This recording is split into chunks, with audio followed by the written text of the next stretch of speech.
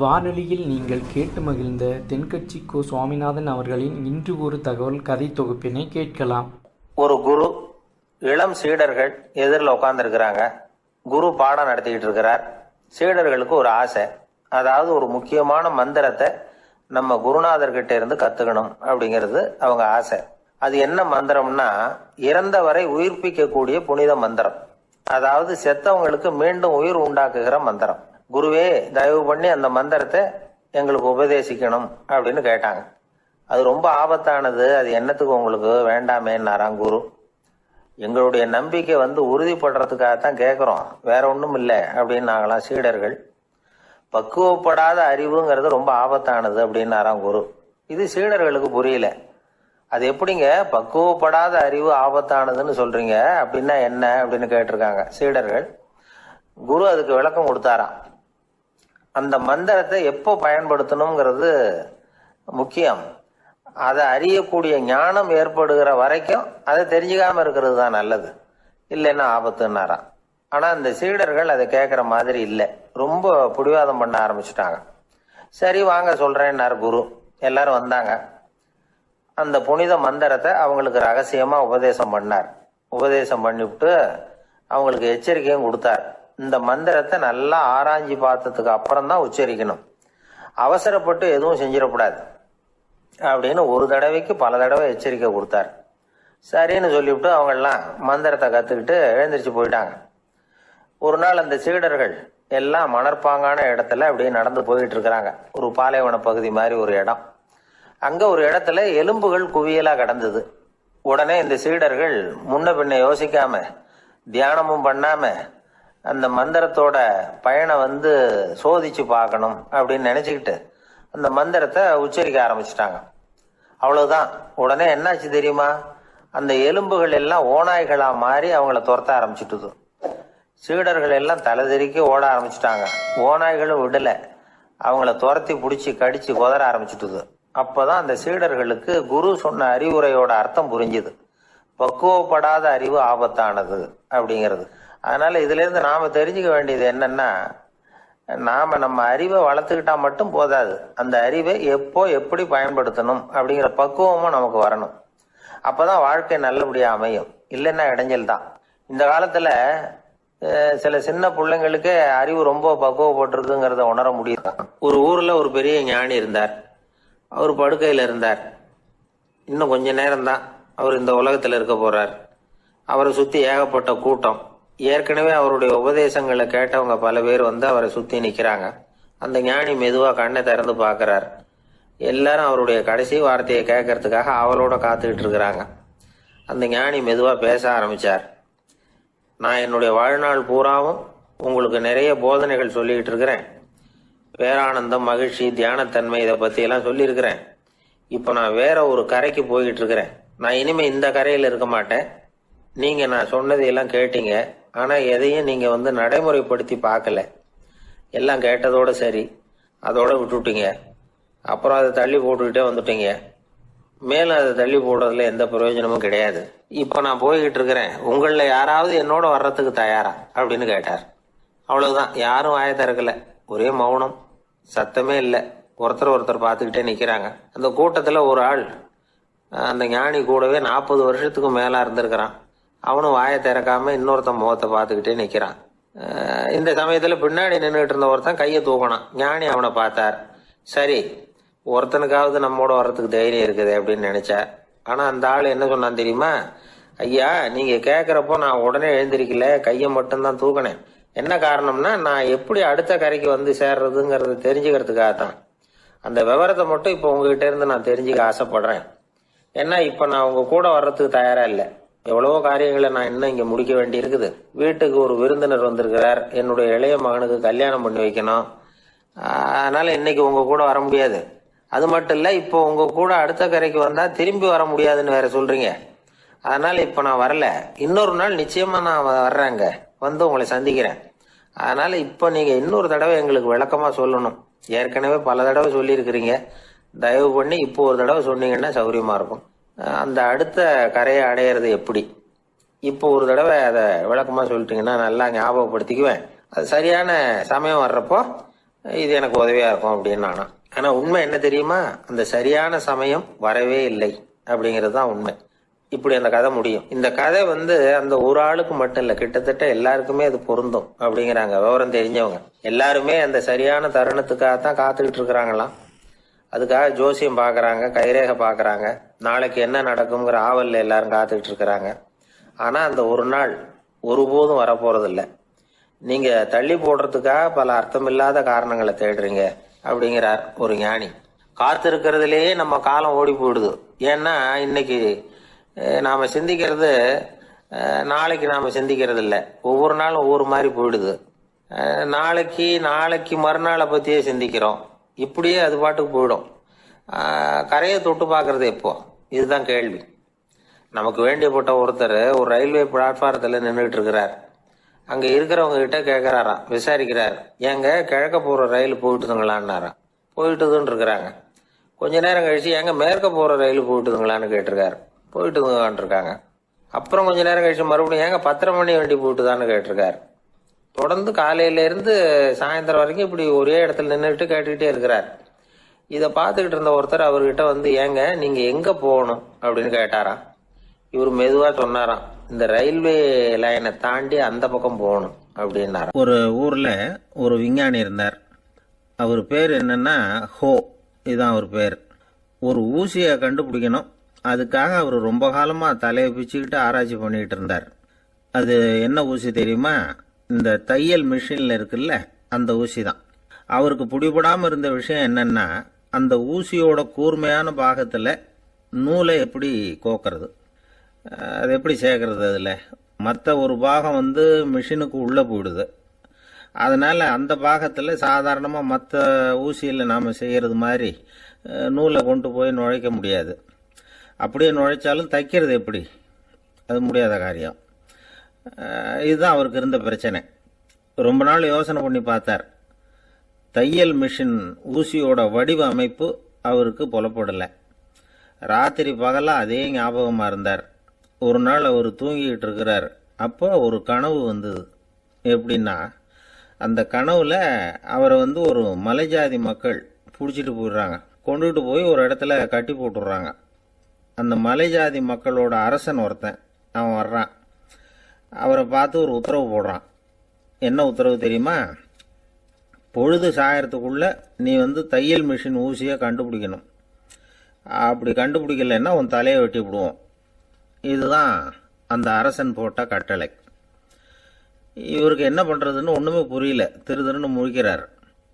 இந்த நேரத்தில் அந்த மலைஜாதியினர் அவரை சுத்தி சுத்தி பயங்கரமா முழிச்சுக்கிட்டு டான்ஸ் ஆடுறாங்க.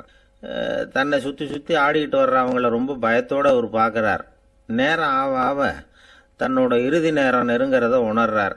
ரொம்ப நெருக்கடியான நிலைமை. தன்னை சுத்தி ஆடுறவங்கள கவனிக்கிறார். அவங்க கைகளில் ஈட்டி மாதிரி ஏதோ ஒரு ஆயுதம் வச்சிருக்கிறாங்க. அந்த ஆயுதத்தை இவர் கண்ணுக்கு நேராக கொண்டுகிட்டு வராங்க. அதை அவர் பார்க்குறார். அந்த ஆயுதத்தின் கூரான முனையை இவர் கூர்ந்து கவனிக்கிறார். அந்த கூரான முனையில் ஒரு சின்ன துவாரம் தெரியுது. உடனே அவருக்கு பளிச்சுன்னு ஒரு ஐடியா உதயமாகுது. இதைத்தானே இவ்வளவு காலமும் நான் தேடிக்கிட்டு இருந்தேன். கூரான முனையில் ஒரு சின்ன துவாரத்தை போட்டுட்டா அது மூலமாக நூலை செலுத்தி மறுமுனையை மிஷினில் வச்சுடலாமே. தையல் மிஷின் ஊசி ரெடி அப்படின்னு நினைச்சார். திடீர்னு தூக்கம் கலைஞ்சது. உடனே தன்னுடைய தலைமாட்டில் இருந்த குறிப்பு ஏடில் இதை குறித்து வச்சுக்கிட்டார். அதுக்கப்புறமா அந்த ஊசியையும் அவர் செஞ்சு முடிச்சார். இது எப்படின்னு நீங்கள் நினைக்கலாம், ஆனால் இது சாத்தியம்தான். முழிச்சுக்கிட்டு இருக்கிறப்போ நமக்கு ஏற்படுற சில பிரச்சனைகளுக்கு கனவுல விடை கிடைக்கிறது உண்டு. அப்படி பல பேருக்கு ஆயிருக்கு. உங்களையும் பல பேருக்கு இது மாதிரி அனுபவம் ஏற்பட்டிருக்கலாம். எந்த ஒரு செயலை பற்றி நினைக்கிறப்போவும் அந்த செயல் நம்ம நினைவில் ஒரு நல்ல வடிவம் பெறுது. ஒரு செயல் திட்டத்தை எந்த அளவுக்கு நாம் நல்ல யோசனை செஞ்சு திட்டம் போடுறோமோ அந்த அளவுக்கு அதை சுலபமாக செஞ்சு முடிக்க முடியும்.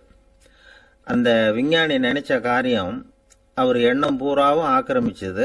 அதனால் அவர் நினைச்சது கனவுல உருவாகி அதுக்கு செயல் வடிவம் கிடைச்சிட்டுது. மனிதனோட உள் மனசுக்கு அவ்வளவு ஆற்றல் உண்டு அப்படின்னு சொல்றாங்க. தூக்கத்தை ஆக்கபூர்வமாக உபயோகப்படுத்துறது எப்படி அப்படிங்கிறத பற்றியெல்லாம் இப்போ நிறைய ஆராய்ச்சி பண்ணுறாங்களாம். பயிற்சியெல்லாம் வேற கொடுக்குறாங்களாம். அதனால் தூக்கத்தை பற்றி லேசாக நினச்சிடாதீங்க. நமக்கு வேண்டியப்பட்ட ஒருத்தர். அவருக்கு தூக்கத்தில் நடக்கிற வியாதி. அதுக்காக மருந்து சாப்பிட்டுக்கிட்டு இருந்தார். ஒரு நாள் அவரை பார்த்து கேட்டோம், ஏங்க உங்கள் தூக்கத்தில் நடக்கிற வியாதிக்கு மருந்து சாப்பிட்டீங்களே, ஏதாவது முன்னேற்றம், ஏதாவது இம்ப்ரூவ்மெண்ட்டு தெரியுதா அப்படின்னு கேட்டோம். தெரியுதுன்னார். எப்படின்னோம். அதுக்கு அவர் சொல்கிறார், முன்னாடியெல்லாம் தூக்கத்தில் ஒரு 10 அடி தூரம் நடப்பேன், இப்போலாம் ஒரு 40 அடி வரைக்கும் நடக்கிறேன் அப்படின்னார். ஒரு தீக்குச்சி தீப்பெட்டியை பார்த்து கேட்டுதான், நாம 2 பேரும் தானே உரசிக்கிறோம், ஆனா நான் மட்டும் தீ பிடிச்சி எரிஞ்சு போறேன், நீ அப்படியே இருக்கிறியே அப்படின்னு தான். அதுக்கு தீப்பெட்டி சொல்லி இருக்குது, உனக்கு தலையில கணம் இருக்கு அதனால அழிஞ்சு போற அப்படின்னு தான். எப்படி இருக்கு பாருங்க இந்த பதில். தலையில கணம் உள்ளவங்க யாருமே சரியா இருக்க முடியாது. எவ்வளவு பெரியவங்களா இருந்தாலும் சரி, ரொம்ப கஷ்டம்தான் அது. கர்வம்ங்கிறது கூடவே கூடாது. இதை விளக்கறதுக்கு மகான் ஒருத்தர் ஒரு சம்பவத்தை சொல்றார். அர்ஜுனன் தீர்த்த யாத்திரை பண்ணானா. அப்போ தென்னிந்தியாவுக்கு வந்திருக்கிறான். ராமேஸ்வரத்துக்கு போனப்போ அங்க இலங்கைக்கு கல்லுலாம் அடுக்கி போடப்பட்டிருந்த பாலத்தை பார்த்தானா. ஒரு சின்ன குரங்கு அதுக்கு பக்கத்துல விளையாடிட்டு இருந்திருக்கு. அதை பார்த்துட்டு அர்ஜுனன் சிரிச்சிருக்கான். ஏன் சிரிக்கிறேன்னு கேட்டிருக்கு அந்த குரங்கு. ராமன் மிகச்சிறந்த வில் வீரன். அப்படி இருக்கிறப்போ அவன் இலங்கைக்கு அம்புகளாலேயே ஒரு பாலம் கட்டியிருக்கலாம். அதை விட்டுட்டு போயும் உன்ன மாதிரி குரங்குகளை துணையா வச்சுக்கிட்டு இப்படி ஒரு கருங்கல் பாலத்தை கட்டியிருக்கிறானே அப்படின்னு. ஆனா அம்புகளால பாலம் கட்ட முடியுமா அப்படின்னு கேட்டுதான் குரங்கு. ஏன் முடியாது, என்னால முடியுமேன்னு இருக்கான் அர்ஜுனன். அம்பால பாலம் கட்டலாம், இருந்தாலும் என்ன மாதிரி குரங்குகள் ஏறி நடந்தா அது தாங்குமா? அதனாலதான் ராமர் கருங்கல் பாலமே கட்டினார் அப்படின்னு குரங்கு சொல்லிச்சான். அப்படியே சொல்ற, நான் வேணும்னா இப்ப அம்புகளாலேயே ஒரு பாலத்தை கட்டுறேன், நீ அது மேல ஏறி நடந்து பார். பாலம் விழுந்துட்டுதுன்னா நான் தீ மூட்டி அதுல குதிச்சு உயிர் தியாகம் பண்ணி விடுறேன் அப்படின்னு நான் ரொம்ப கோபமா. உடனே அந்த சின்ன குரங்கு பெரிய உருவம் எடுத்துட்டுதான். கையில கதையோட அர்ஜுனன் முன்னாடி நிக்கிறான் அனுமன். பார்த்தா, என்னுடைய தலைவர் ராமரையா இழிவா பேசுற, நீ இப்போ பாலம் கட்டு, நான் என்னுடைய பலத்தை காட்டுறேன் அப்படின்னு அனுமன். அர்ஜுனன் தன்னுடைய காண்டிபத்தை எடுக்கிறான், சரமாரியா அம்புகளை விடுறான். அதெல்லாம் ஒன்னோட ஒண்ணு கோத்துக்கிட்டு அப்படியே பாலம் மாதிரி நிக்குது. அர்ஜுனன் தலை நிமிர்ந்து நின்னான். அனுமன் உயர கிளம்பி அங்கிருந்து பாலத்துல பொத்துன்னு இறங்கினான். பாலம் அப்படியே நொறுங்கி போச்சு தூள் தூளா. என்ன அர்ஜுனா, இப்ப என்ன செய்ய போற அப்படின்னா ஏளனமா. அர்ஜுனன் தலையை தொங்க போட்டுக்கிட்டான். சொன்னபடி தீ மூட்டி அதுல குதிக்கிறதுக்காக 3 தடவை சுத்தி வந்தான். அப்போ கிருஷ்ணர் அங்க வந்தார். என்ன அர்ஜுனா, என்ன நடக்குது, என்ன இது அப்படின்னு ஒன்னும் தெரியாத மாதிரி கேட்டார். அர்ஜுனன் வாயை திறக்கிறதுக்கு முன்னாடி அனுமன் வாயை திறந்தான், நடந்ததை சொன்னான். அர்ஜுனன் சவால் விட்டபடி உயிர் திறந்தே ஆகணும்னா அனுமன். கிருஷ்ணர் யோசனை பண்ணார். நல்லது, இந்த சவால் விட்டதுக்கும் நடந்ததுக்கும் யார் சாட்சி? பெரிய ஒருத்தரை சாட்சியா வச்சுக்கிட்டல்லவா நீங்க இந்த போட்டியை நடத்தி இருக்கணும் அப்படின்னார். அதனால என்ன, இப்ப மறுபடியும் அந்த போட்டியை நடத்திவிட்டா போச்சு, என்னால அந்த அம்பு பாலத்தை நொறுக்க முடியாதா அப்படின்னு அனுமன். சரி, இப்ப மறுபடியும் அது நடக்கட்டும்னார் கிருஷ்ணர். அர்ஜுனன் அம்பு பாலம் அமைச்சான். அனுமன் ஏறி குதிச்சான். பாலம் அசைஞ்சு கொடுக்கவே இல்லை, அவ்வளவு உறுதியா இருக்கு. இப்ப அனுமன் தலையை குனிஞ்சுக்கிட்டான். அர்ஜுனன் நன்றியோட நிமிர்ந்து பார்த்தான். கிருஷ்ணருடைய தோள்கள்லையும் முதுகலையும் ரத்தம். என்ன சுவாமி, என்ன நடந்ததுன்னு நான் பதறி போய், உன் அம்பு பாலத்தை நான் தான் மூட்டு கொடுத்து தாங்கிட்டு இருந்தேன். அனுமன் குதிச்சப்போ என் மேல ஏற்பட்ட காயங்கள் இவை. பின்ன உன்னுடைய அம்பு பாலத்தினாலியா பாலம் நின்னுதுன்னு நினைக்கிற அப்படின்னாராம். முதல்ல அர்ஜுனன் அப்புறம் அனுமன் 2 பேருக்குமே கர்வ பங்கம் ஆயிட்டுதான். அதாவது அவங்க கிட்ட இருந்த கர்வம் போயிட்டுது. யாரா இருந்தாலும் கர்வம் கூடாதுங்கிறத இதுல இருந்து நாம புரிஞ்சுக்கணும். இந்த காலத்துல நாமெல்லாம் எந்த விஷயத்துக்கெல்லாம் கர்வப்பட்டுட்டு இருக்கோம் தெரியுமா? 2 பெண்கள் தங்களுடைய கணவன்மார்களை பத்தி ரொம்ப பெருமையா பேசிக்கிட்டாங்களாம். அதுல ஒரு அம்மா சொல்லியிருக்கு, என் வீட்டுக்காரர்கிட்ட எந்த சப்ஜெக்ட் கொடுத்தாலும் சரி அந்த விஷயத்த பத்தி அழகா 1 மணி நேரம் பேசுவார் அப்படின்னாங்களாம். உடனே இன்னொரு அம்மா, அது என்ன பிரமாதம், என் வீட்டுக்காரருக்கு சப்ஜெக்டே தேவையில்லை, விஷயமே இல்லாம நாள் பூரா பேசிக்கிட்டு இருப்பார் அப்படின்னாங்க. ஒரு பெரிய அரசன் இந்த உலகம் பூராவையும் ஆண்டுகிட்டு இருந்தான். ரொம்ப காலம் அப்படி அரசாட்சி பண்ணிக்கிட்டு இருந்தான். திடீர்னு அவனுக்கும் சில எதிரிகள் முளைச்சாங்க. அவங்கெல்லாம் ஒன்று சேர்ந்து இவனை தோற்கடிச்சுட்டாங்க. தோற்று போனதும் இவனுக்கு பயம் வந்துட்டுது, எங்கே எதிரிகள் நம்ம கொண்டுடுவாங்களோ அப்படின்னு. வெளியில் வந்தால் தனக்கு ஆபத்துன்னு பயந்துக்கிட்டு யாருக்கும் தெரியாமல் ஒரு குகைக்குள்ளே போய் பதுங்கி கிடக்கிறான். நிலைமையை பாருங்கள். முதல் நாள் அரண்மனையில் அதிகாரம் பண்ணிக்கிட்டு இருந்தவன் மறுநாள் குகையில் பயந்து போய் பதுங்கி கிடக்கிறான். ராத்திரி நேரம் வந்தது, பசி வயத்தை கிள்ளுது, பிச்சை எடுத்து சாப்பிட வேண்டிய நிலைமை. பிச்சை எடுக்கிறதுக்கு பாத்திரம் வேணுமே, என்ன பண்ணுறது அப்படின்னு அங்கேயும் இங்கேயும் பார்க்குறான். ஒரு மூலையில் யாரோ விட்டுட்டு போன ஒரு ஓடு கிடக்குது. அதை எடுத்துக்கிட்டு புறப்பட்டான். இருட்டில் வழி புரியல. ஏதோ ஒரு யூகத்தில் காலை மெதுவாக எடுத்து வச்சு நடந்து போயிட்டுருக்கிறான். வழியில் ஒரு கருப்பு நாய் படுத்து கிடந்தது. இருட்டில் அவன் இது கண்ணுக்கு சரியாக தெரியல. அவனுக்கு தவறி போய் காலை வச்சுட்டான். அது மேலே நாய் சும்மா இருக்குமா, வள்ளுன்னு விழுந்து கடிச்சு விட்டுது.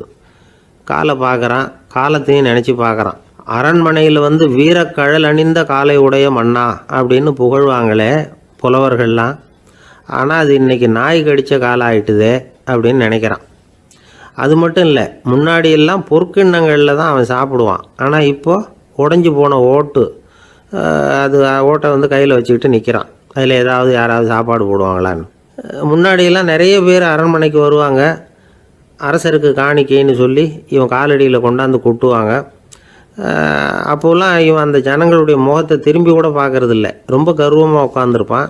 அதே ஆள் இன்றைக்கி எல்லார் கண்ணுலேயும் படுறது மாதிரி பிச்சை எடுத்துக்கிட்டு இருக்கிறான். அப்போலாம் காணிக்கைகளை வந்து தன்னுடைய கையால் வாங்கிறது தனக்கு கௌரவ குறைச்சல்னு நினச்சி தன்னுடைய வேலைக்காரங்களை விட்டு தான் அதை வாங்க சொல்லுவான். இப்போ பார்த்திங்கன்னா அவனே தன் கையாலேயே பிச்சை வாங்குறான். நினச்சி பாருங்கள், அந்த மனுஷன் நாள் அரசன், மறுநாள் பிச்சைக்காரன். எவ்வளோ வித்தியாசம்! செல்வம் தான் இப்படி ஒரு வித்தியாசம் ஏற்படுறதுக்கு காரணம். அப்படிப்பட்ட செல்வம் வாழ்க்கையை நடத்துறதுக்கு நமக்கு தேவை தான். ஆனால் அதையே நாம் அடைய வேண்டிய பயனாக நினைக்கிறோம் பாருங்கள், அதுதான் வேடிக்கை. இதை வந்து நம்மாழ்வார் அழகாக ஒரு பாசுரத்தில் சொல்கிறார். ஒரு நாயகமாய் ஓட உலகுடன் ஆண்டவர், கருணாய் கவர்ந்த காலர், சிதைகிய பானையர், பெருநாடு காண இம்மையிலே பிச்சைதாம் கொள்வர், திருநாரணன் தாழ் காலம் பெற சிந்தித்து உய்மினோ அப்படிங்கிறார் நம்மாழ்வார். ஒரு பெரிய பணக்காரர் ஒரு துறவிகிட்ட போய், சாமி என்கிட்ட நிறைய பணம் இருக்குது, இருந்தாலும் நிம்மதி இல்லை, என்னால் நிம்மதியாக இருக்க முடியல, என்ன காரணம்னு கேட்டாராம். உடனே அந்த துறவி இதுக்கு நேரடியாக பதில் சொல்லாமல் பக்கத்தில் நின்றுக்கிட்டு இருந்த ஒரு குழந்தைய கூப்பிட்டார். அது ஓடியாந்தது. ஒரு ஆப்பிள் பழத்தை எடுத்து அது கையில் கொடுத்தார். அதை வாங்கிக்கிட்டு குழந்தை சிரிச்சுது. இன்னொரு பழத்தை எடுத்து கொடுத்தார். அதை இன்னொரு கையில் வாங்கிட்டு சிரிச்சுது. மூணாவது ஆப்பிளை எடுத்து கொடுத்தார். 2 பழத்தையும் நெஞ்சில் அணைச்சிக்கிட்டு 3ஆவது பழத்தையும் வாங்கிறதுக்கு முயற்சி பண்ணிச்சு. ஆனால் அது உடனே நழுவி கீழே விழுந்து உருண்டு ஓடிச்சு. ஏற்கனவே இருந்ததும் விழுந்துட்டுது. இப்போ அந்த குழந்தை அழ ஆரம்பிச்சுட்டுது.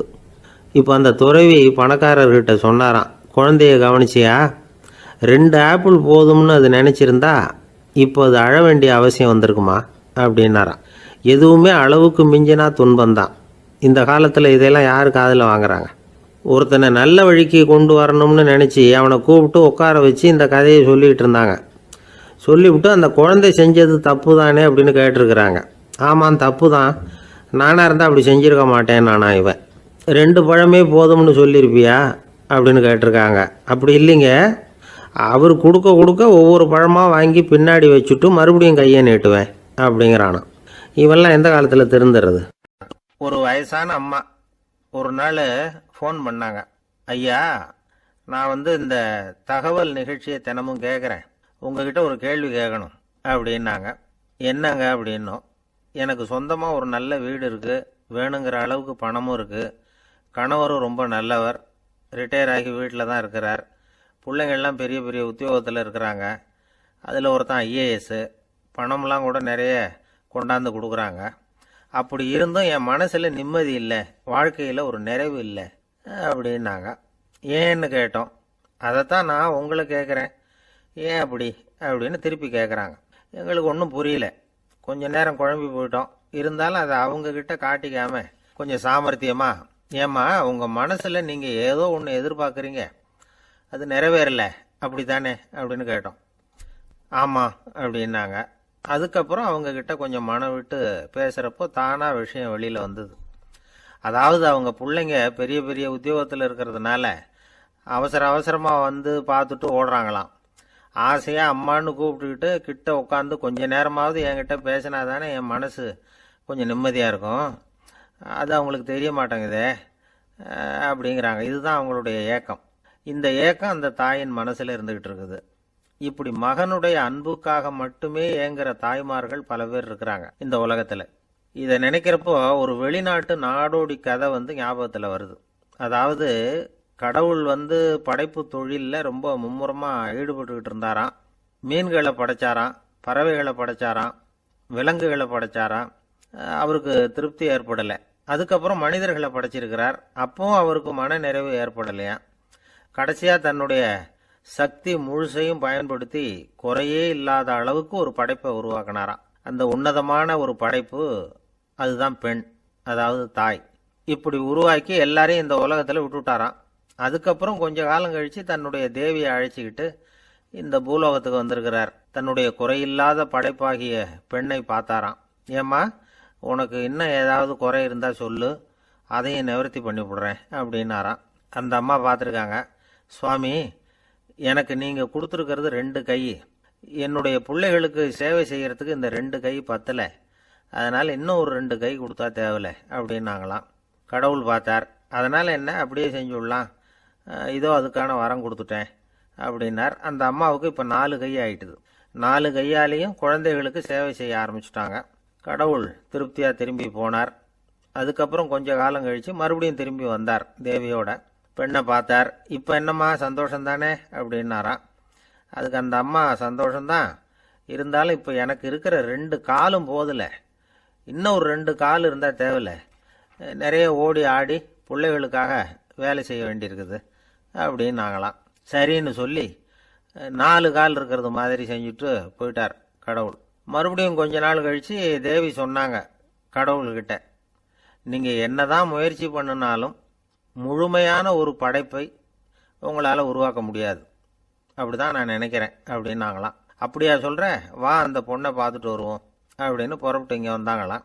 இங்கே பார்த்தா 4 கால் 4 கையோடு அந்த பொண்ணு ஒரு செவுத்தில் சாஞ்சி உட்காந்து அழுதுகிட்டு இருக்குது.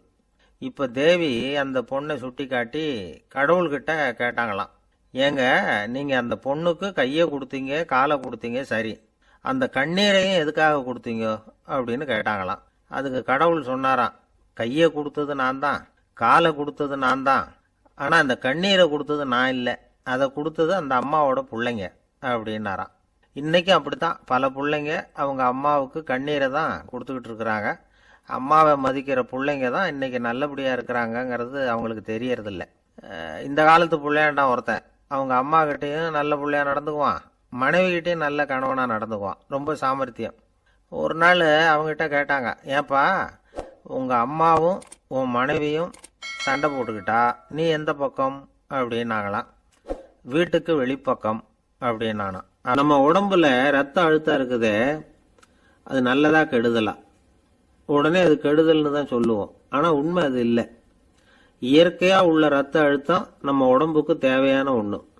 அந்த அழுத்தம் அதிகமாக போனால் தான் கெடுதல். அதை தான் நாம் பிபின்னு சொல்கிறோம். ஆனால் அது உண்மையிலேயே உயர் ரத்த அழுத்தம், ஹைப்பர் டென்ஷன். இதயம்ங்கிறது ஓயாமல் வேலை செஞ்சுக்கிட்டு இருக்கிற ஒரு பம்பு. இதயம் சுருங்கி ரத்தத்தை பம்பு செய்கிறப்போ ரத்த அழுத்தம் கூடுதலாக இருக்கும். இதுக்கு பேர் சிஸ்டாலிக் பிளட் ப்ரெஷர் அப்படின்னு பேர். இதயம் விரிந்த நிலைக்கு திரும்புகிறப்போ ரத்த அழுத்தமும் குறையுது. இதுக்கு பேர் டயஸ்டாலிக் பிளட் ப்ரெஷர் அப்படின்னு பேர். இப்படி இது மாறி மாறி இருக்கும். இந்த பிபி 140 90 இப்படின்லாம் சொல்கிறாங்கல்ல, இதுதான். சீராக இருக்க வேண்டிய ரத்த அழுத்தம் ஒரு அளவுக்கு மேலே அதிகரிச்சுட்டா ஆபத்து ஆரம்பம்னு அர்த்தம். சரி, இந்த உயர் ரத்த அழுத்தம் உண்டாகிறதுக்கு என்ன காரணம்? இதனால தான் இது வருதுன்னு ஒரு காரணத்தை குறிப்பிட்டு சொல்ல முடியாது. ஆனால் வம்சாவளி காரணம், ரொம்ப டென்ஷனான சூழ்நிலையில் வேலை செய்கிறது, உடம்பு குண்டாக இருக்கிறது, இதெல்லாம் இந்த ஹை பிபிக்கு துணை செய்யுது. அப்படிதான் எடுத்துக்க வேண்டியிருக்குது. இது கிருமியினால் ஏற்படுற வியாதி இல்லை, உடம்புல ஏற்படுற ஒரு பழுது, அவ்வளவுதான். இப்போ 40 வயசுக்கு மேலே தான் பொதுவாக இது பாதிக்கும். அதெல்லாம் சரி, ஒருத்தருக்கு உயர் ரத்த அழுத்தம் இருக்குது, அதை கட்டுப்படுத்துறதுக்கு வழி ஏதாவது உண்டா அப்படின்னா உண்டு. மருந்து கொடுத்தும் சரி பண்ணலாம். மருந்து இல்லாத சிகிச்சை முறைகளும் இருக்குது. இப்போ மருந்து சாப்பிட்றதுன்னா டாக்டர்கிட்ட போயிடலாம். அதுக்கு இப்போ சுமாராக 30 விதமான மருந்துகள் இருக்குதான். மருந்தோட உடல் கட்டுப்பாடும் மனக்கட்டுப்பாடும் சேர்ந்ததுன்னா ரொம்ப விசேஷம். அது இருக்கட்டும், மருந்து இல்லாமல் நாம் செய்ய வேண்டியது என்ன, அதை தெரிஞ்சுக்குவோம். முதல்ல சீரான உடற்பயிற்சி, வாக்கிங் ரொம்ப நல்லது. மனசை அமைதிப்படுத்துறதுக்கு யோகாசனம், ஆழ்நிலை தியானம், இது மாதிரியான பயிற்சிகள் நல்லது. ஒரு காலத்தில் யோகாசனம் பண்ணுங்க, தியானம் பண்ணுங்கன்னு சொன்னால் ஒரு மாதிரியாக பார்த்தாங்க. இப்போ மருத்துவ நிபுணர்களே அதெல்லாம் ரொம்ப அவசியம்தான் அப்படின்னு சொல்கிறாங்க. இன்னொரு அதிசய சிகிச்சை முறை இப்போ வழக்கத்துக்கு வந்திருக்குது. பயோ ஃபீட்பேக் அப்படின்னு பேர். மூளையின் அழுத்த அலைகளை பதிவு பண்ணி அதை மறுபடியும் உடம்புக்குள்ளே செலுத்தி இந்த ரத்த அழுத்தத்தை சீராக்கி போடுறாங்க. சில பேருக்கு இந்த ஹை பிபி பார்டர் லைனில் இருக்கும். அவங்களுக்கெல்லாம் மருந்துகள் அவசியம் இல்லை. வாழ்க்கை முறையில் சில மாற்றங்களை பண்ணிக்கிட்டாவே போதும். பிஹேவியரல் மாடிஃபிகேஷன்ஸ்னு சொல்கிறாங்க. அது எப்படின்னா, பரபரப்பான வாழ்க்கை முறையை தவிர்க்கணும். புகைப்பிடிக்கிற பழக்கம், மது அருந்தும் பழக்கம் இதெல்லாம் இருந்தால் விட்டுடணும். சாப்பாட்டில் உப்பை குறைக்கணும். கொழுப்பு சத்து ஆகாரங்களை குறைச்சிக்கணும். முடிஞ்சால் விட்டுடலாம். குடும்பத்தில் ஏற்கனவே யாருக்காவது ஹை பிபி இருந்தால் சந்ததிகள் ஜாக்கிரதையாக இருக்கணும். நடுத்தர வயசை அடைஞ்சவங்க அப்பப்போ அந்த பிபி செக் பண்ணிக்கிறது நல்லது. டாக்டர் சொல்கிறத நம்மளில் பல பேர் சரியாகவே கேட்கறது இல்லை. அதனால தான் இடைஞ்சல். ஒரு ஆள் பிபின்னு சொல்லி டாக்டர்கிட்ட போனான். உடம்பு குண்டாக இருக்குது, அதை குறைக்கணும், முதல்ல தினமும் உடற்பயிற்சி பண்ணு அப்படின்னார். சரின்னு சொல்லிவிட்டு வந்தான், செஞ்சான். கொஞ்ச நாள் கழிச்சு மறுபடியும் டாக்டர்கிட்ட போனான். என்னப்பா எக்ஸசைஸ் பண்ணியா அப்படின்னு கேட்டார். தினமும் பண்ணினேன் டாக்டர்னா. என்ன பண்ணேன்னு கேட்டார். முன்னெல்லாம் சிகரெட்டை கடையில் வாங்குவேன், இப்போ நான் அப்படி வாங்குறத விட்டுட்டேன். தினமும் நானே என் கையாலேயே உருட்டி தயார் பண்ணுறேன் டாக்டர். இது ஒரு எக்ஸசைஸ் தானே அப்படின்னா. நாட்டில் நல்லவங்க ஒருத்தர் 2 பேர் இருக்கிறதுனால தாங்க மழையே பெய்யுது அப்படின்னு சொல்கிறது உண்டு. நல்லார் ஒருவர் உளரேல் அவர் பொருட்டு எல்லாருக்கும் பெய்யும் மழை. சில சமயம் ரொம்ப பேர் திடீர்னு நல்லவங்களாகிடுவாங்க போல இருக்கு. அதனால தான் விடாமல் பேய் மழையாக கொட்டி தீர்த்துடுது. எல்லாரும் நல்லவங்களாகிட்டா உலகமே தாங்காது போல இருக்கே. அப்பப்போ ஒருத்தர் 2 பேர் நல்லவங்களாகணும். அப்போ தான் சீராக மழை பெய்யும். மாதத்துக்கு 3 பேர் நல்லவங்களானா மாதம் மும்மாரி பொழியும். இதெல்லாம் வேடிக்கை பேச்சு. இப்போ இதெல்லாம் ஒரு பக்கம் இருக்கட்டும். இப்போ விஷயத்துக்கு வருவோம். ஒரு கும்பலில் நல்லவன் யார் அப்படிங்கிறத எப்படி கண்டுபிடிக்கிறது? இதுக்கு ஒரு வேடிக்கை கதை உண்டு. என்னுடைய நண்பர் ஒருத்தருக்கு அவங்க பாட்டியம்மா சொன்ன கதையும் அது. அது என்ன கதைன்னா, ஒரு ஊரில் ஒரு சமயம் பலமான மழை பெய்ய ஆரம்பிச்சுட்டு தான். இடி மின்னல் ரொம்ப கடுமையாக இருந்திருக்குது. ஆரம்பித்த மழை வர வர கடுமையாக ஆகிட்டு இருக்குதே தவிர நிற்கிற பாடாக தெரியல. ஊர் ஜனங்கள்லாம் பார்த்தாங்க. இதுக்கு மேலேயும் வீட்டுக்குள்ளே இருந்தால் ஆபத்துங்கிறத புரிஞ்சுக்கிட்டாங்க. ஏன்னா வீடெல்லாம் இடிஞ்சி விழுந்துருமோங்கிற பயம். உடனே எல்லாரும் புறப்பட்டு ஊருக்கு பொதுவாக இருந்த ஒரு மண்டபத்தில் போய் தங்கிக்கிட்டாங்க. மின்னல் கடுமையாக இருந்தது. இடி எந்த நேரத்துலையும் விழலாம்ங்கிற நிலைமை. எப்போ விழலாம்னு பார்த்துக்கிட்டு இருக்குது. அந்த மண்டபத்தில் இருந்த ஜனங்கள் மனசுக்குள்ளே ஒரு பயம். நம்ம கூட்டத்தில் யாராவது ஒரு கெட்டவன் பாவம் பண்ணவன் இருந்தால் கூட இடி இந்த மண்டபத்தில் விழுந்துரும். அது எல்லாருக்கும் ஆபத்து அப்படின்னு நினச்சாங்க. சரி, இதுக்கு என்ன பண்ணலாம் அப்படின்னு யோசனை பண்ணாங்க. அந்த கூட்டத்தில் ஒரு பெரியவர் இருந்தார். அவர் ஒரு யோசனை சொன்னார். இதை பாருங்கள், அதுக்கு ஒரு வழி இருக்குது. அதோ எதிர்த்தாப்புல கொஞ்சம் தூரத்தில் ஒரு உயரமாக மரம் ஒன்று இருக்குது பாருங்கள். பொதுவாக இடி சுலபமாக விழறது அது மாதிரி உயரமான மரத்தில் தான். நம்ம கூட்டத்தில் இருக்கிறவங்க எல்லாரும் ஒவ்வொருத்தராக போய் அந்த மரத்தை தொட்டு விட்டு திரும்பி வந்துடணும். நம்மளில் பாவம் பண்ணவன் யாரோ அவன் அந்த மரத்தை தொடுற சமயத்தில் இடி விழுந்துடும். அவன் மட்டும் போயிடுவான். மண்டபத்தில் இருக்கிற நாமெல்லாம் பொழைச்சிக்கலாம் அப்படின்னு ஐடியா கொடுத்தார் அந்த பெரியவர். இது நல்ல யோசனையாக பட்டது. எல்லாரும் ஒத்துக்கிட்டாங்க. ஒவ்வொருத்தராக போய் அந்த மரத்தை தொட்டு விட்டு திரும்பி வந்தாங்க. இடி எதுவும் விழலை. இன்னமும் பாவம் பண்ண ஆசாமி அதை போய் தொடலை போல இருக்குது அப்படின்னு நினச்சிக்கிட்டாங்க. ஒவ்வொருத்தராக போகிறாங்க. எல்லாரும் போய் தொட்டுவிட்டு வந்தாச்சு. இன்னும் ஒரே ஒரு ஆசாமி தான் பாக்கி. கடைசியாக இருந்த அந்த ஆள் பயந்துட்டான். இது வரைக்கும் இடி விழலைன்னா இப்போ என்ன அர்த்தம்? இப்போ நாம் தான் பாக்கி, நாம் தான் தப்பு பண்ண ஆள் போல இருக்குது அப்படின்னு நினச்சிட்டான். அதனால் துணிச்சலாக போய் தொடுறதுக்கு பயந்தான். தயங்கிக்கிட்டே இருந்தான். இருந்தாலும் மற்றவங்கள்லாம் சும்மா இருப்பாங்களா? கட்டாயப்படுத்தி கழுத்தை பிடிச்சி தள்ளாத குறையா அவனை தள்ளி விட்டாங்க. போய் தொட்டுட்டு வாடான்னு. அவன் நடுங்கிட்டே போய் அந்த மரத்தை தொட்டான். அதே வினாடி ஒரு பயங்கரமான மின்னல் இடி விழுந்துட்டுது. எங்கே விழுந்தது தெரியுமா? அந்த ஆள் மேலே இல்லை, மண்டபத்தில் விழுந்தது. மண்டபத்தில் இருந்தவங்க பூரா காலி. அந்த ஒரு ஆள் மட்டும் புழைச்சிக்கிட்டான். இந்த ஒரு ஆளை காப்பாற்றுறதுக்காக தான் இடி மண்டபத்தில் விழாமல் இருந்திருக்குது. இதுதான் கதை. அதனால் நல்லவங்க எப்படியும் தப்பிச்சுக்குவாங்க அப்படிங்கிறது ஒரு நீதி. ஒருத்தன் அப்படி தான் தெருவில் நடந்து போய்கிட்டு இருந்தான். ரொம்ப நல்லவன். எதிரில் ஒருத்தன் சைக்கிளில் வந்துக்கிட்டு இருந்தான். அதில் மோதி இவன் கீழே விழுந்துட்டான். சைக்கிள்காரன் உடனே இறங்கி இவனை தூக்கி விட்டான். இவன் எழுந்திரிச்சு அவனை முறைச்சி பார்த்தான். அப்படி பார்க்காதீங்க சார், நீங்கள் ரொம்ப புண்ணியம் பண்ணியிருக்கீங்க, அதுதான் இப்போ சைக்கிளில் மோதிக்கிட்டீங்க அப்படின்றான். என்ன அப்படி சொல்கிறேன் நான்? இவன் 10 நிமிஷத்துக்கு முன்னாடி நான் லாரி ஓட்டிகிட்டு வந்தேன், அப்போ நீங்கள் எதிரில் வந்திருந்தீங்கன்னா என்ன ஆயிருக்கும் அப்படின்னானா அவன். நம்பிக்கை இல்லைன்னா இந்த உலகத்துல நாம நடமாடவே முடியாது. அவநம்பிக்கையோட இருந்துகிட்டு இருந்தா என்னைக்கும் அவஸ்தை தான்.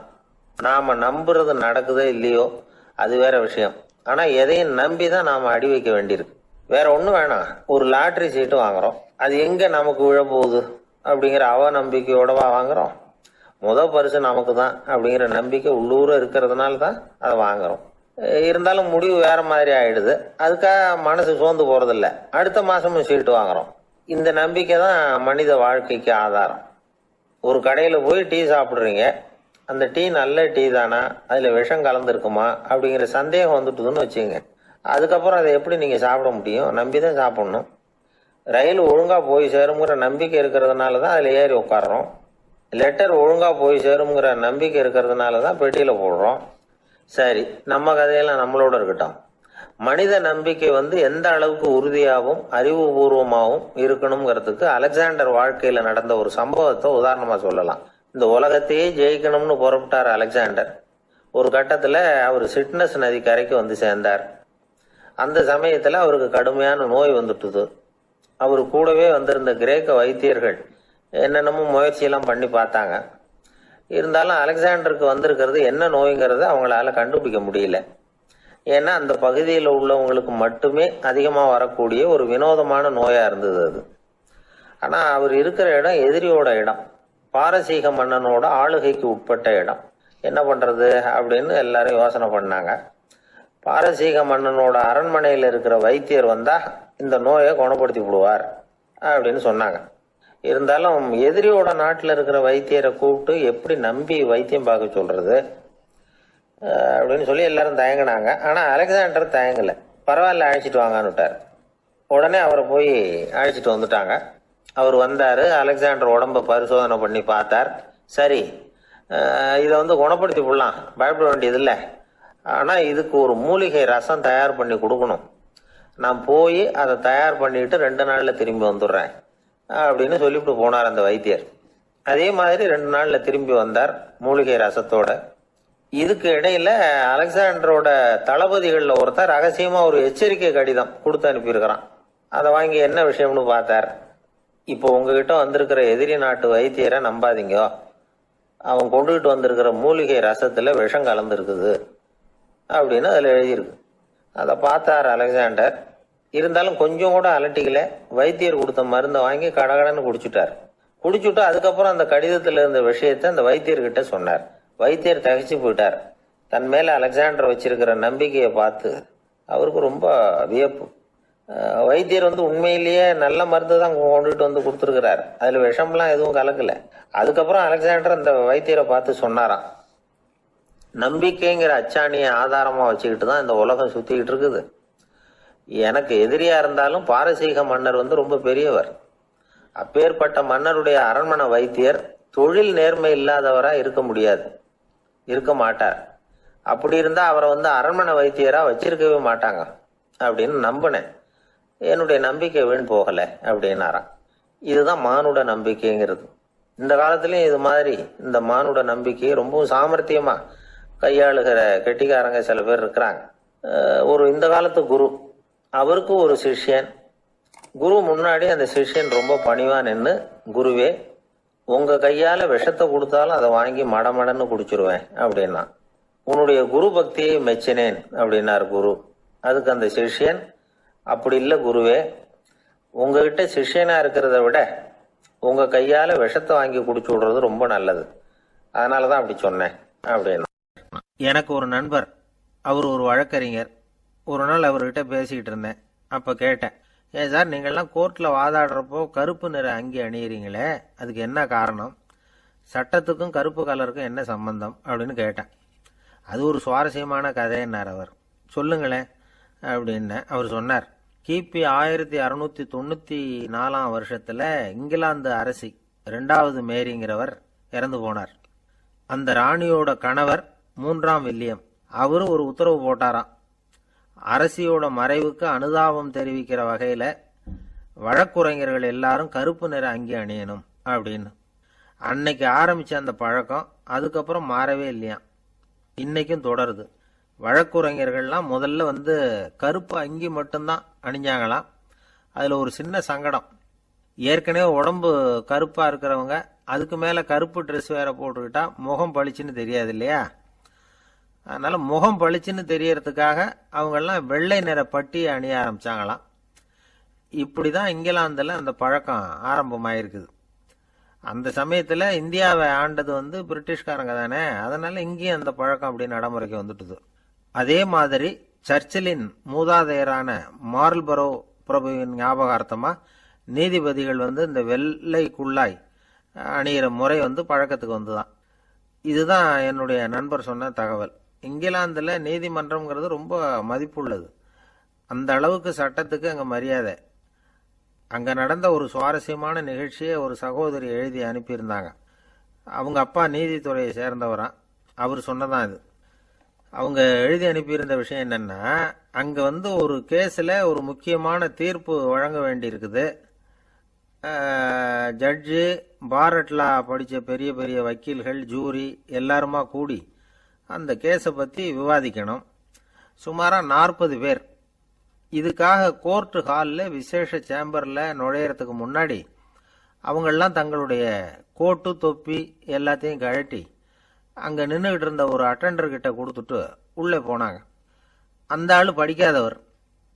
அவர் ஒவ்வொருத்தர் கொடுக்கறதையும் வாங்கி அங்கே அப்படியே ஒரு இடத்துல அடுக்கி வைக்கிறார்.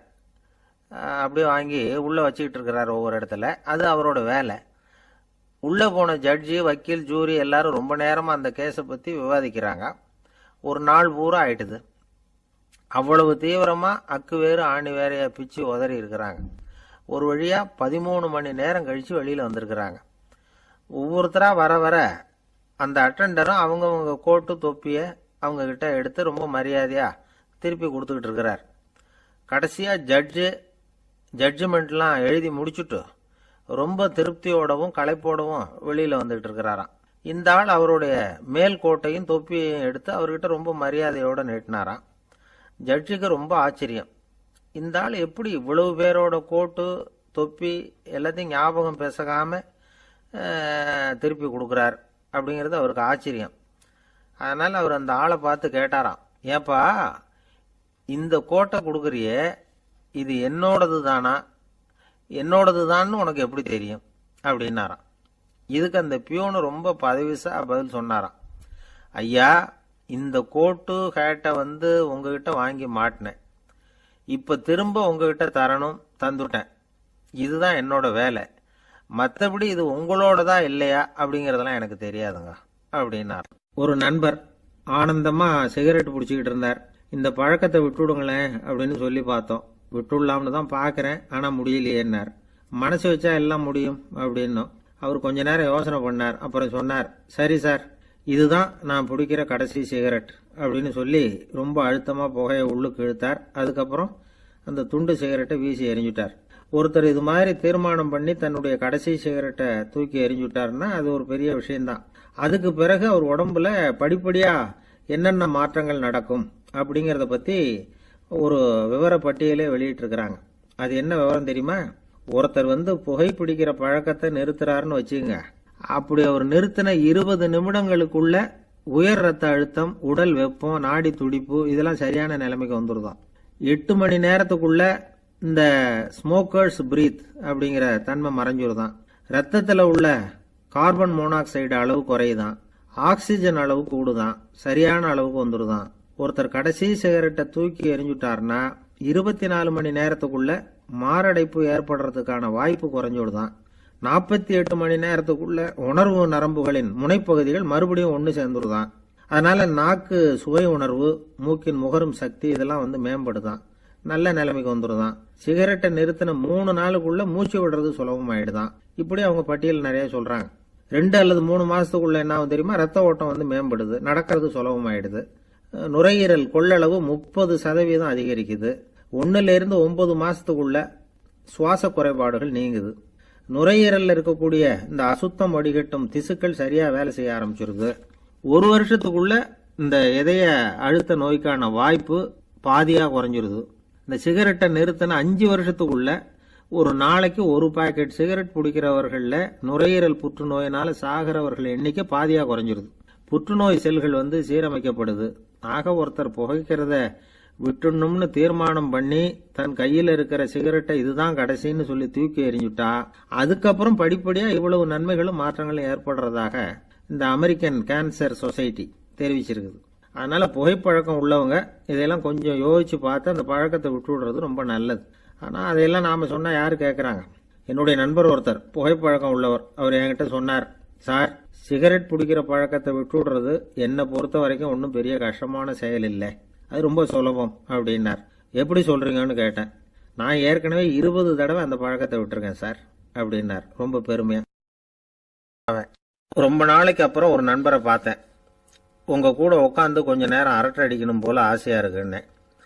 அப்படின்னா நேரம் எங்க ஆபீஸுக்கு வந்துருங்க சார், அதுதான் வசதினார் அவரு.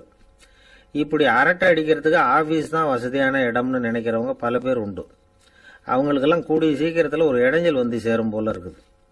கைக்கு அடக்கமா பிஸ்கட் வடிவத்தில் 2 அங்குல அகலத்தில் சதுர வடிவத்தில் ஒரு கருவி தயார் பண்ணியிருக்கிறாங்களாம். இது அரட்டை அடிக்கிறவங்களெல்லாம் கண்டுபிடிச்சிருமா. இன்ஃப்ராரெட் ரேஸ் அப்படின்னு சொல்றோம்ல, அகச்சிவப்பு கதிர்கள், அதனால இது இயங்குது. ஆபீஸில் வேலை செய்கிறாங்கல்ல, அவங்க சீருடையில் இந்த கருவியை பொருத்திட வேண்டியது, அல்லது பையில கூட வச்சுக்கலாம். ஒவ்வொருத்தர் கருவிக்கும் ஒவ்வொரு நம்பர் உண்டு, ஒவ்வொன்றும் வேற வேற சமிக்கைகளை அனுப்பும். இதை ஒரு கம்ப்யூட்டர் பதிவு பண்ணிக்கும். அந்த ஊழியர் எங்க போனாலும் அதை இது பதிவு பண்ணிட்டே வரும். வராண்டாவில் இருக்காரா, கேன்டீன்ல இருக்காரா, பாத்ரூம்ல இருக்காரா, எல்லாம் பதிவாயிடும். பல ஊழியர்கள் ஒரே இடத்துல கூடி கும்பலா இருந்தாலும் சரி, ஆபீஸுக்குள்ளேயே யாரும் போகக்கூடாத முக்கியமான இடத்துல ஒருத்தர் ரகசியமா போனாலும் சரி, கம்ப்யூட்டர் காட்டி கொடுத்துரும். மேல்நாடுகளில் பல ஆபீஸ்களில் இப்ப இதை பயன்படுத்துறாங்களாம். இந்த கருவியை அணிஞ்சிருக்கிறவர் தனக்குரிய இருக்கையில் அமர்ந்த உடனே அவர் மேஜையில் இருக்கிற கம்ப்யூட்டர் அவரோட வருகையை பதிவு பண்ணிக்கும். சரி, இந்த கருவியை யாருக்கும் தெரியாம வெளியில எடுத்து வச்சுட்டு ஏமாத்தி விடலாம்னு நினைச்சாலும் அதுவும் முடியாத காரியமா. நம்ம ஊருக்கு இந்த கருவி நல்லதுதான். ஆபீஸ்ல வேலை செய்யாம அடுத்தவங்க அறைக்கு போய் அரட்டை அடிக்கிறது, ரகசிய கோப்புகள் வச்சிருக்கிற அறைகளுக்குள்ள போய் நோட்டம் பார்க்கறது, இதெல்லாம் கட்டுப்படுத்தி விடலாம்ல.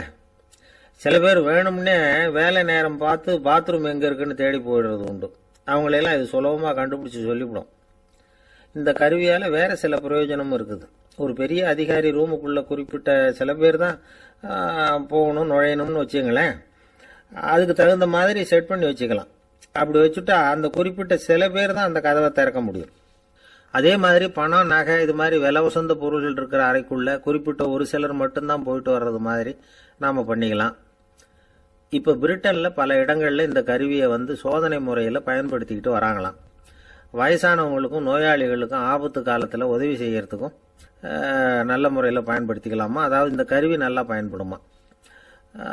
இப்பெல்லாம் ஆபீஸ்ல வேலை செய்யறவங்க எவ்வளவு விழிப்புணர்ச்சியோட இருக்கிறாங்க தெரியுமா. அன்னைக்கு அப்படித்தான் ஒரு ஆபீஸ் நண்பரை பார்த்து, இன்னைக்கு என்ன தேதி சார் அப்படின்னோம். சரியா ஞாபகம் இல்லைங்கன்னார். அதான் கையில நியூஸ் பேப்பர் வச்சிருக்கிறீங்களே, அதை பார்த்தா தெரியுமே அப்படின்னோம். அது எப்படி சார் தெரியும், இது நேத்திக்கு பேப்பர் ஆச்சே அப்படிங்கிறார்.